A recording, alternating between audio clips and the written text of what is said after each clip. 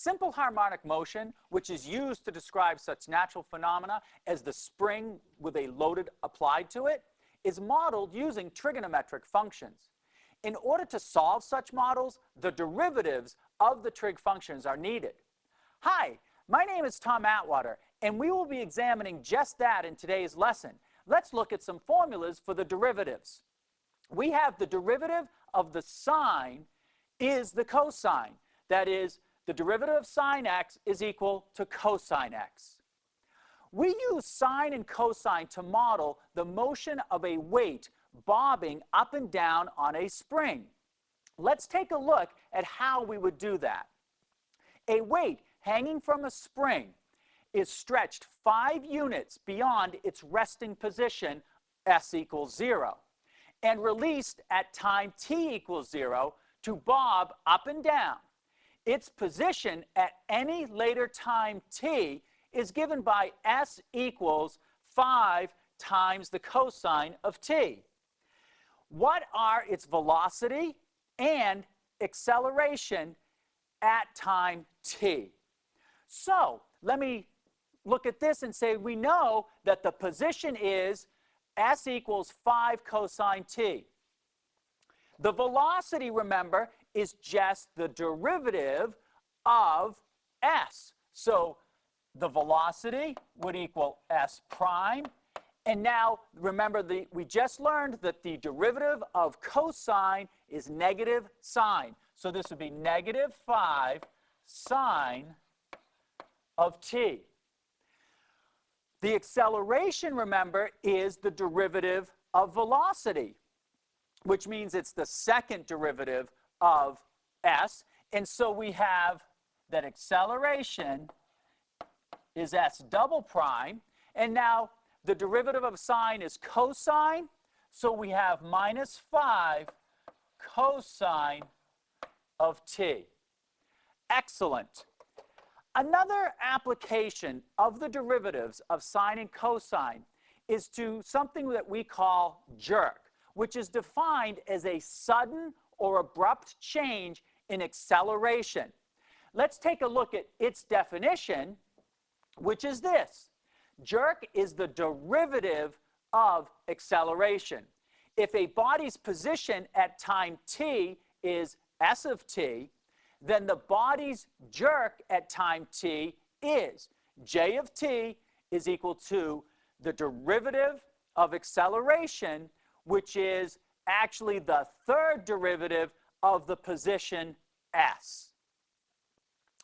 Now, studies have shown that motion sickness comes from acceleration whose changes in magnitude or direction take us by surprise. The jerk is a measure of the change in acceleration. Let's look at an example of the jerk. Find the jerk caused by the constant acceleration of gravity, g is equal to negative 32 feet per second per second.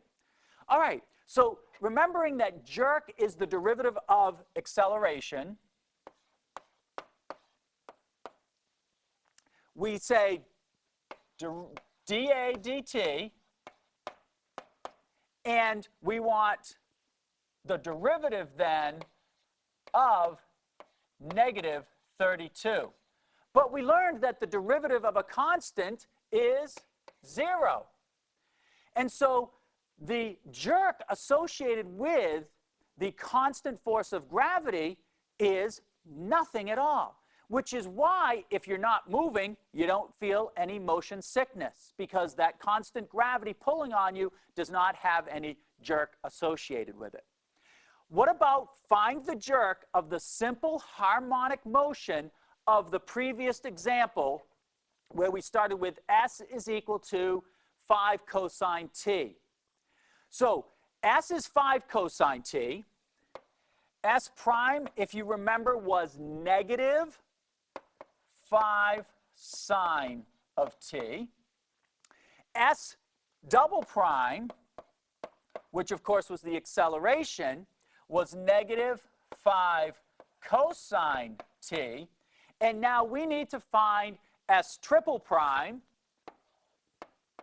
which is the derivative of the acceleration, which is how we define jerk. So we need to take the derivative of cosine, which is negative sine t, but then we have a double negative, so it equals 5 sine of t.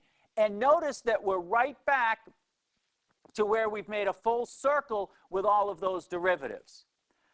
Okay, now let's move on to the derivatives of the other basic trigonometric functions. Let's look at the derivatives of tangent and cotangent. The derivative of tangent is equal to secant squared x.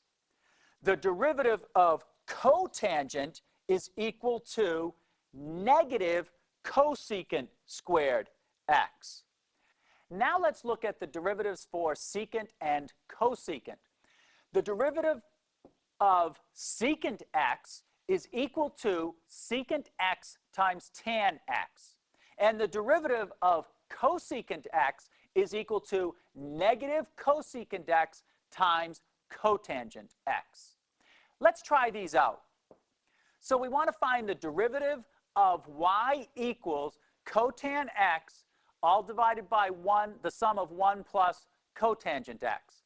So we're going to have to use the quotient rule here, because we're dividing cotan x by 1 plus cotan x. And the quotient rule, remember, is the denominator, 1 plus cotangent x, times the derivative of the numerator, which we just learned is negative cosecant squared x, minus, now we take and multiply the numerator, which is cotan x, times the derivative of the denominator. And the derivative of the denominator is, well, the derivative of 1, of course, it's a constant. The derivative is 0. And then the derivative of cotan x is negative cosecant squared x. And that is all over 1 plus cotangent x squared. Let's simplify the top. We need to distribute the minus cosecant squared x. That's going to give me minus cosecant squared x, and then it's going to give us a negative cosecant squared x cotangent x. And then notice we have a negative and a negative here, which of course will change that to positive. And notice that what it is positive cosecant squared x times cotangent x, which means that it will be able to add with that to give us 0, so that our y prime is going to be equal to the negative cosecant squared x over 1 plus cotangent x quantity squared. So that gives us our first derivative of the original y equals cotangent x divided by 1 plus cotangent x. Let's try another example. Show that the graphs of y equals secant x and y equals cosine x have horizontal tangents at x equals 0. So if they're going to have horizontal tangents, that means that the slope is going to be 0. And we're at the point x equals 0. So what we need to do is find the derivatives of each of those. We just learned that the derivative of secant x, y prime, is secant x tan x. And if we plug in x equals 0, you know that the tangent of 0 is 0, and we will get that it will have a slope there of 0. So it, in fact, has a horizontal tangent at x equals 0.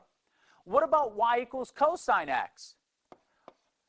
The derivative of cosine is negative sine x. again, we plug in 0 for x, and we take the sine of 0, and the sine of 0 is 0. So once again, we see that the slope at 0 is 0, meaning that it is a horizontal tangent. Here's another example. Find the second derivative of y equals secant x.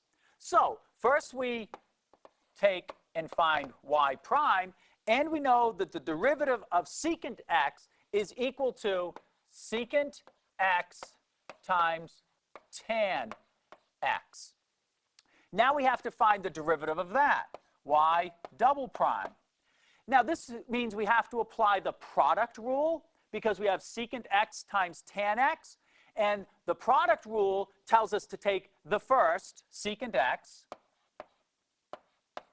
and multiply it times the derivative of the second. So the derivative of tan x, and the derivative of tan x we just learned is secant squared x. And to that we add the second function, tan x, times the derivative of the first function, secant x. And the derivative of secant x is secant x times tan x. So I'm actually going to put that in front of here and show that we're multiplying secant x times tan x. We can simplify that a little bit. Y double prime will equal secant cubed x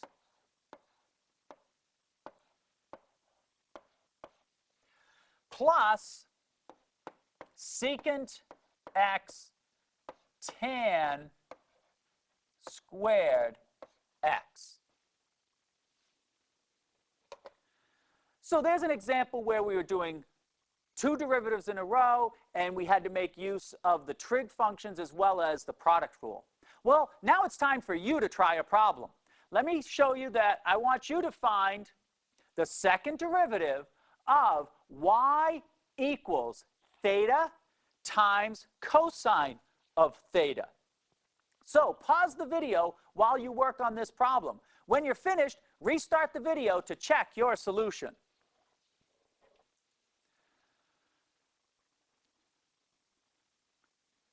Let's find out how you did on this. The problem we have is y equals theta times cosine theta. It involves the product rule. So y prime would be equal to the first function, theta, times the derivative of the second function. The derivative of cosine is negative sine theta. Plus, we take the second function times the derivative of the first. So plus cosine theta times the derivative of theta, but the derivative of theta, d theta, is just 1. But now we want to find the second derivative. Once again, we have to apply the product rule to theta times negative sine theta. And so we have the theta times the derivative of negative sine theta, which would be negative cosine theta. Then we have plus the negative sine theta times the derivative of theta. But again, d theta is 1. Then we have the derivative of cosine theta, which is negative sine theta. So what we can do is simplify this once more, and we have negative theta cosine theta. And then over here, we have negative sine theta with another negative sine theta for negative 2 sine theta. And that's our second derivative for the problem that you just worked on. Okay, great. In this lesson, we explored the derivatives of the 6 trig functions. Be sure to work the exercises that your teacher assigns, and we'll see you next time.